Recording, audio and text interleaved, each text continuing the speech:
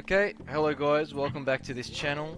Something a bit different today. We're going to be doing a guide on how to defeat the cave troll in Dark and Darker with duo. So as long as you have one ranged class, you'll be able to do this. Your other class can be a melee or ranged class, it doesn't matter, but it's better if they're ranged because they can get some extra damage. So if you're doing this in solo, obviously you have to strafe him. Strafing is still involved in order to dodge him for the second player. So you'll see his point of view in the corner, and you can also go to his channel, which will be in the description to see it in full, if you're unaware of how the strafing and dodging works. But basically the way the strategy works is, so Wizard is good for this because of magic missiles. They recently got buffed as well, and they're really good in general.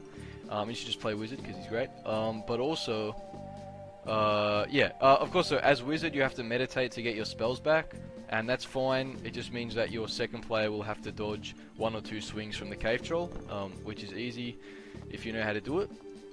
But you can also use Ranger or Warlock, whoever you want, even Bard, anyone who's got range. But Wizard is good with the missiles, so we'll just do it, and I'll kind of talk through what we're doing. I'm using a staff on Wizard because it does more damage for, it's good for PvE. I don't have staff mastery though. I'm not using it because it's worse for PvP. PvP, not PvE. You know what I mean. Anyway, so I'll just talk through what we're doing and we'll get to it. So the first thing you're going to want to do is launch up some magic missiles or whatever. If you're playing a class that's not Wizard, just pretend that you're shooting his head instead. So, alright, here we go. So I'm going to launch my first missiles at him, and then the second player is going to run basically to the other corner. I'm going to back into the door and keep firing some secondary spells at him. My second player is just going to run away, and he's going to stop shooting at the cave troll when the cave troll gets close to him. When the cave troll then changes aggro to me is when I'm going to launch another volley of missiles and go for as many headshots as possible, and make sure that before the cave troll can get to me, I turn away. And you don't have to fire spells at him to get his aggro, as that missed, but it's good to deal some extra damage while he's running away from you. You should only have to meditate once or twice depending on which secondary class you're doing this with. And when the cave troll is roaring, you still have to aim for his head, which then goes below where it would usually be. So as you can see, all we're doing is trading aggros. I'm moving up when he's running away from me.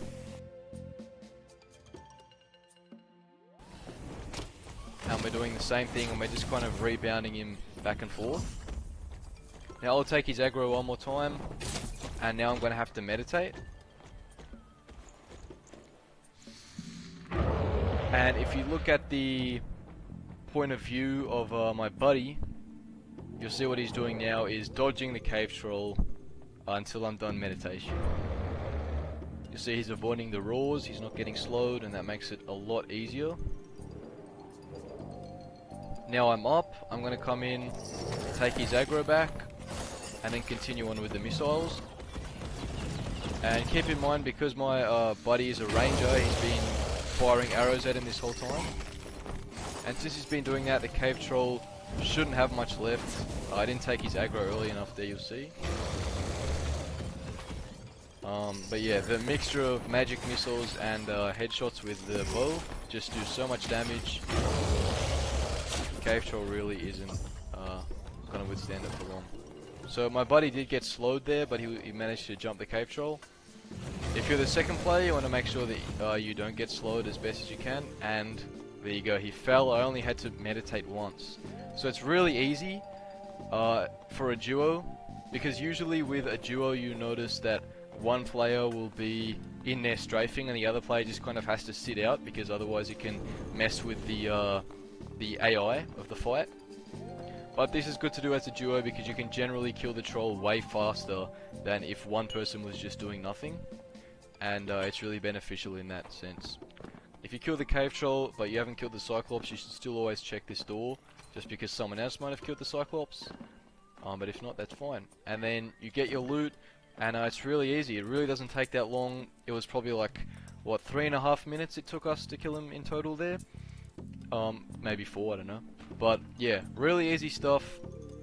and a cave troll really isn't a difficult boss. So that's how you do it. If this video gets, you know, some support, we might continue making guides. If you have any questions or any recommendations for other stuff for us to make, just leave it in the comments below.